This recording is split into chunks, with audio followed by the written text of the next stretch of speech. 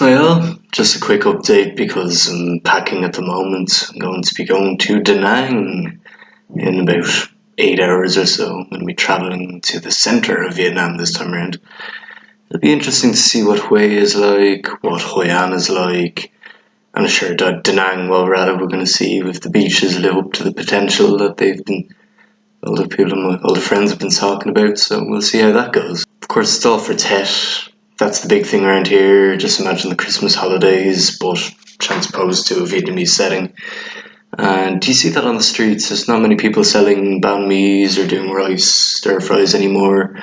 It's a bit unfortunate, but that's just how it is. They've gone home to see their families. I mean, would you want to be working on Christmas Day? I don't think so. So it's only fair for them to do it. Having said that, I did send postcards, and I hope they get to you within at least a month of this recording. I mean, it's only the 12th today.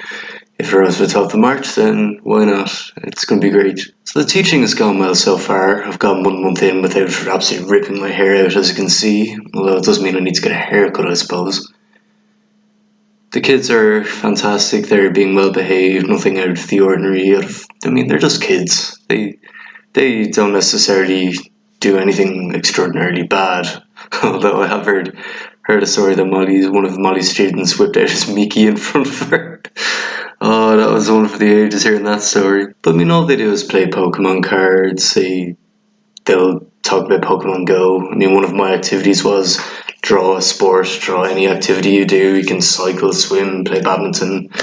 One of them actually did Pokemon Go, and I said, you know what, I'll accept that. I'll give you the red stamp for doing well. So I mean, they're very good. The highlight of the kids has been it's a Friday, everyone's excited, and you're just there going, drawing the subject of don't ride your bike too fast. I mean, I had the flashcard of a bicycle crashing and me flying over it, and they just thought of don't fall off your bike, you'll fly, you'll end up flying like Superman. And then I started singing, I believe I can fly, and then they all actually said, I believe I could touch the sky, and we just sang the chorus, and it's just such a surreal experience. It just made my Friday hearing that. So I know I haven't sent much of these vlogs lately. I mean, I've been busy with the teaching, but I also have been a bit lazy with sending the previous vlog, which is nearly 20 minutes long. But all you need to know, might as well catch up with Halong Bay first off. I'm going to leave a link in the description of the full Dropbox video I made of Halong Bay. So if you haven't seen that, check it out, because I mean, it's more interesting than me talking over it for a few minutes.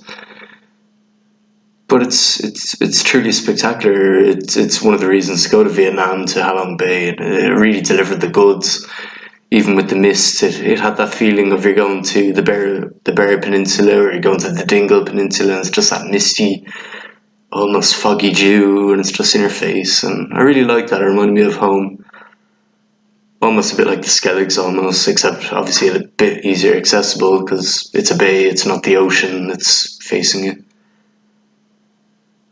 And we did the works, really. We did the kayaking. That was phenomenal. We kayaked under a cave, and then went to a silent lake almost within a few of the islands, and hearing about the history of fishermen that never returned. And it reminded me of the fishermen in Ireland that never came back in the 50s. I remember hearing that story very well as well.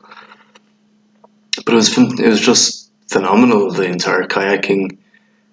And then you're just taking in this beautiful land. Obviously, they filmed Tomorrow Never Dies in Kong Skull Island here.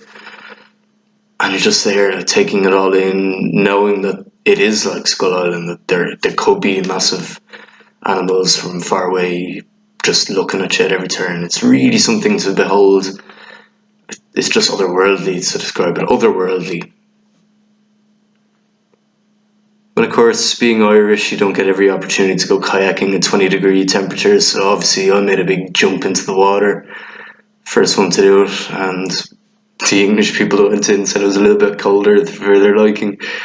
But it felt like a July day in British Bay. I mean, that's my seal of approval. It's a July day in British Bay. It's phenomenal.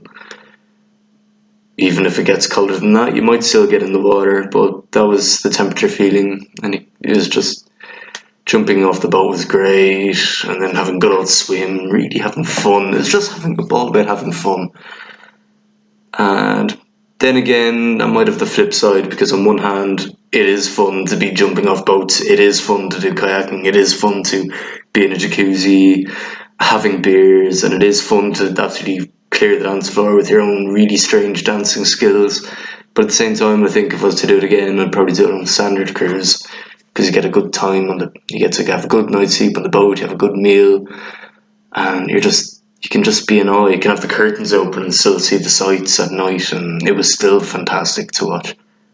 But if there's one complaint I'd have, it would be the music choice on the boat. I mean, it's a party boat, granted, you're going to have a few big deep house not necessarily deep house, just big trance remixes where it goes boom, boom, boom, boom. But they just played a bit too much of it. Every single song choice, in theory, was phenomenal. I mean, they had Everybody by Backstreet Boys, they had Blackstreet, they had Nelly and Kelly, they had all those kind of guilty pleasures from the early 2000s, mid-90s, even some from the early 90s as well. I appreciated that they had that. But they just kept adding these dance remixes, every single one, a trap remix. They couldn't have just left No Diggity alone. I mean, that was fantastic to hear, but then hearing no diggity, bum, bum, bum, and it ruined the vibe for me, but what can you do? And then the other thing I did this week was just an elaborate dance choreography. One of the things I sort of regret doing was I attended a song and chance meeting by BME. One of the catches of going to that was that you got involuntarily signed up to do this dance for TET. And I said, okay, why not? We'll just sign my name on it. No.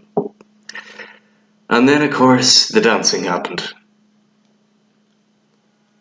So I had to dance this elaborate X Factor style remix for TET about spring, and your man sounds like George Michael, but the guitar sounds like it came off of View to a Kill.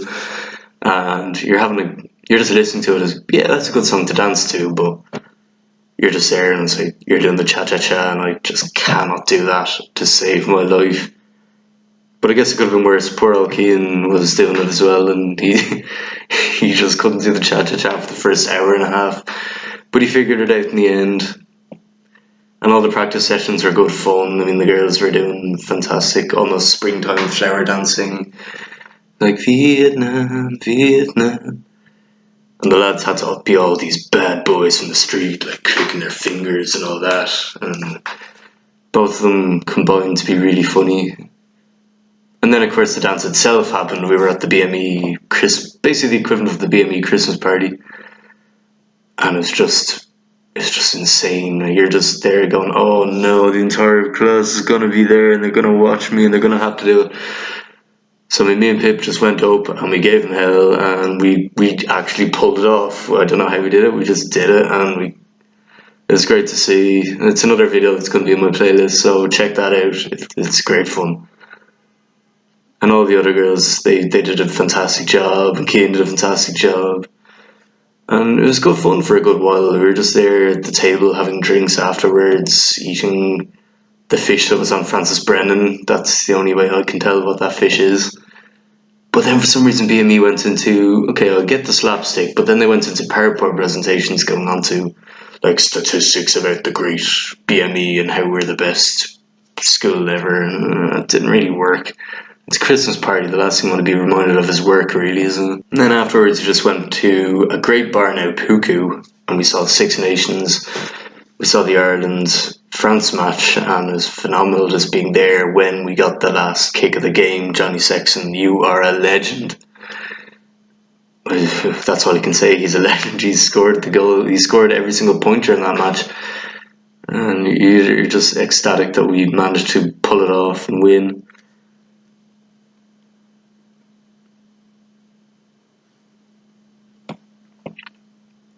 And then, of course, the Arsenal match was on for the English people there. They were like, Arsenal, Arsenal. I'm sure, why not let them at it? They destroyed everything that night as well, so what can you do? They destroyed them. They deserved their win. So yeah, that's just a quick update. Next time you'll see me, I'll probably be out somewhere on a beach in Da Nang, and failing that, in the hotel in Da Nang. I'll have my camera with me. I'll have the GoPro with me. Maybe I'll be able to get a moped, but I'm hoping the insurance covers that first before I do that. And who knows? It'll be good fun anyway. So see you later.